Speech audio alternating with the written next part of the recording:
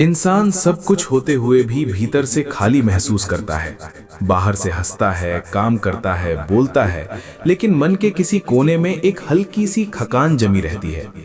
उसी थकान के बीच अचानक राम नाम कानों में पड़ जाए या किसी ने सहज भाव से राम कह दिया तो मन ठहर सा जाता है, जैसे भीतर कोई कह रहा हो, रुको, जरा सांस लो। यही वो पहला संकेत होता है कि भगवान राम की भक्ति किसी विधि से नहीं, मन की सच्चाई से शुरू होती है। भगवान राम जल्दी तभी प्रसन्न होते हैं जब हम उन्हें प्रभावित करने नहीं, बल्कि समझने और अपनाने की भावना से याद करते हैं। अक्सर लोग पूछते हैं कि भगवान राम की भक्ति कैसे करें कि वे शीघ्र प्रसन्न हों। सच तो ये है कि राम को मनाने की जरूरत नहीं होती, क्योंकि वे तो पहले से ही करुणा के सागर हैं। जरूरत हमें बदलने की होती है। राम भक्ति का पहला नियम यही है कि हम अपने भीतर की चालाकी छोड़ दें। जैसे हम किसी अपने से बात करते हैं, बिना बनावट, बिना दिखावे, वैसे ही राम से जुड़ना होता है। रामचरितमानस में राम को मर्यादा पुरुषोत्तम कहा गया है, लेकिन मर्यादा का अर्थ कठोरता नहीं, बल्कि संतुलन है। जब जीवन में हम अपने व्यवहार, अपने शब्दों और अपने कर्म में संतुलन लाने लगते हैं, वहीं से राम प्रसन्न होने लगते हैं। भगवान राम की भक्ति केवल पूजा के समय की जाने वाली क्रिया नहीं है। ये उस समय भी होती है जब हम क्रोध में चुप रहना सीखते हैं, जब हमें गलत का जवाब गलत से देने का अवसर मिलता है और हम स्वयं को रोक लेते हैं। यही भक्ति का वास्तविक अभ्यास है। श्रीमद् भगवद गीता में कर्म योग की बात कही गई है, अपने कर्म को ईश्वर को अर्पित कर देना। जब हम अपने दैनिक जीवन के छोटे छोटे कार्य जैसे मेहनत करना, परिवार की जिम्मेदारी निभाना या किसी का दुख समझना, इन सब को राम को समर्पित भाव से करने लगते हैं तो भक्ति अपने आप गहरी हो जाती है।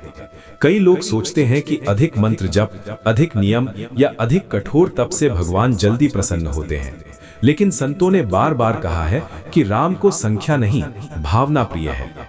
कबीर दास ने स्पष्ट कहा था कि यदि मन साफ नहीं है तो माला फेरने से भी कुछ नहीं बदलता। इसका अर्थ ये नहीं कि जप व्यर्थ है, बल्कि ये कि जप तब फल देता है जब मन भी उसी दिशा में चलता है। जब राम नाम जपते समय मन कहीं और नहीं भटकता, जब नाम लेते हुए मन हल्का होता है, तब राम भक्ति जीवित हो जाती है।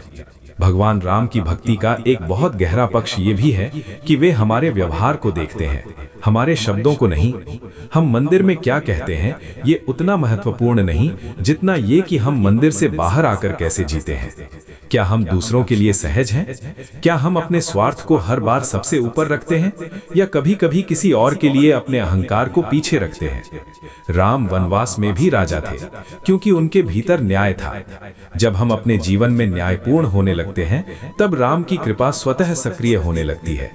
भक्ति का एक सुंदर अनुभव तब आता है जब मन शिकायत करना छोड़ देता है। अक्सर हम राम को याद तो करते हैं, लेकिन साथ ही शिकायतों की सूची भी रखते हैं। ये क्यों नहीं हुआ, वो क्यों चला गया, मेरे साथ ही ऐसा क्यों। लेकिन जिस दिन हम राम से प्रश्न पूछने के बजाय स्वयं से प्रश्न पूछने लगते हैं, उसी दिन भक्ति बदलने लगती है। उपनिषदों में आत्मचिंतन पर जोर दिया गया है, अपने भीतर झांकना। राम भक्ति में ये आत्मचिंतन बहुत आवश्यक है, क्योंकि राम बाहर नहीं, भीतर प्रकट होते हैं। सूरदास और अन्य संतों की रचनाओं में एक बात बार बार आती है, समर्पण। समर्पण का अर्थ ये नहीं कि प्रयास छोड़ दिया जाए, बल्कि ये कि प्रयास के बाद परिणाम को राम पर छोड़ दिया जाए। जब हम अपने जीवन में ये सीख लेते हैं कि हर चीज हमारे नियंत्रण में नहीं है, तब मन हल्का होता है, और जब मन हल्का होता है तब राम प्रसन्न होते हैं, क्योंकि राम का स्वभाव ही है भार उतारना, बोझ नहीं बढ़ाना। भगवान राम की भक्ति में जल्द प्रसन्नता का एक संकेत ये भी है कि जीवन में धैर्य बढ़ने लगता है। पहले जो बातें हमें तोड़ देती थीं, अब वही बातें हमें सिखाने लगती हैं। ये परिवर्तन अचानक नहीं होता, लेकिन जब होता है तो मन स्वयं पहचान लेता है कि कुछ भीतर बदल रहा है। पुराणों में वर्णन मिलता है कि ईश्वर भक्त की परीक्षा भी लेते हैं, लेकिन वो परीक्षा तो भीतर की मजबूती के लिए होती है। जब कठिन समय में भी हम राम को दोष नहीं देते, बल्कि उन्हें अपना सहारा मानते हैं, तब भक्ति सच्ची हो जाती है। आज के समय में राम भक्ति का सबसे व्यावहारिक रूप ये है कि हम अपने मन को शांत करना सीखें। मोबाइल, चिंता, तुलना और भाग दौड़ के बीच यदि हम दिन में कुछ पल राम नाम के साथ अकेले बैठ जाते हैं, बिना किसी अपेक्षा के, तो वही सबसे बड़ी पूजा बन जाती है। यही भावना इस चैनल श्री राम ज्ञान मंत्र पर साझा की जाती है कि भक्ति कोई दूर की चीज नहीं, बल्कि रोजमर्रा के जीवन में उतरने वाली चेतना है। धीरे धीरे जब राम भक्ति जीवन का हिस्सा बनती है, तो चमत्कार बाहर नहीं, भीतर दिखने लगते हैं। मन कम डरने लगता है, निर्णय अधिक स्पष्ट होने लगते हैं, और जीवन की कठिनाइयां भी उतनी भारी नहीं लगती। यही संकेत है कि राम प्रसन्न है। वे फूलों से नहीं, हमारे व्यवहार से खुश होते हैं। वे शब्दों से नहीं, हमारे संस्कारों से जुड़ते हैं। अंत में बस इतना समझ लेना जरूरी है कि भगवान राम की भक्ति कोई दौड़ नहीं है, बल्कि एक यात्रा है। इस यात्रा में दिखावा नहीं, सच्चाई चाहिए। जैसे जैसे हम सरल होते जाते हैं, वैसे वैसे राम हमारे करीब आते जाते हैं।